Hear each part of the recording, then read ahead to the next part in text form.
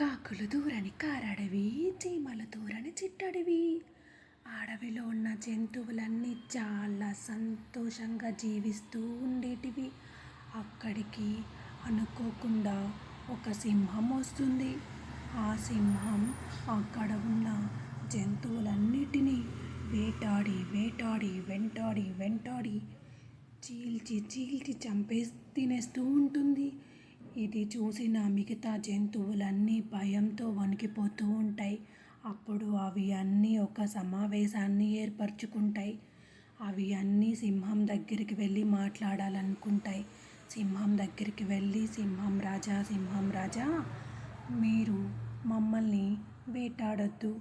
మేమే మీకు రోజుకొకరం చొప్పున ఆహారం అవుతాము అని చెప్తాయి. వేటాడకుండా ఆహారం దొరుకుతుంటే సింహం ఏమీ ఆలోచించకుండా ఆ ఒప్పందానికి సరే అంటుంది. ఆ రోజు నుంచి ప్రతిరోజు ఒక్కొక్క జంతువు సింహానికి ఆహారం అవుతూ ఉంటుంది. ఒకరోజు కుందేలు వంతు వస్తుంది. కుందేలుకి చచ్చిపోవాలని అస్సలు ఉండదు. అది బాగా ఆలోచించి కావాలనే సింహం దగ్గరికి ఆలస్యంగా వెళ్తుంది. సింహం కోపంతో ఎందుకు ఆలస్యమైంది అని చెప్పి అడగదు.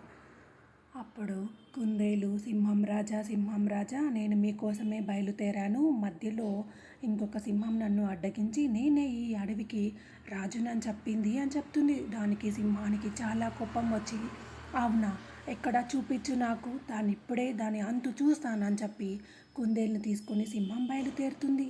కుందేలు సింహం రెండు బయలుదేరుతాయి. కుందేలు బాగా ఆలోచించి సింహాన్ని ఒక బావి దగ్గర చూపిస్తుంది. ఆ బావిలో సింహం ప్రతిరూపాన్నే చూసుకొని అది ఇంకొక జంతువు అనుకొని సింహం ఆ జంతువుతో గొడవ పడుతుంది. నేను నీ అంతు చూస్తానని చెప్పి సింహం అన్నిటిలోకి దూకుతుంది. అప్పుడు అది ఊపిరాడక చచ్చిపోతుంది.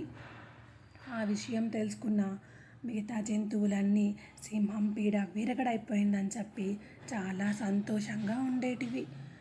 ఈ కథలో నీతి ఏమిటంటే, తెలివి ఉంటే మన ముందు ఉన్న సమస్య ఎంత పెద్దదైనా మనం దాన్ని పరిష్కరించుకోవచ్చు. ఆలోచించి చూస్తే ఏ సమస్య అయినా తీరుతుంది.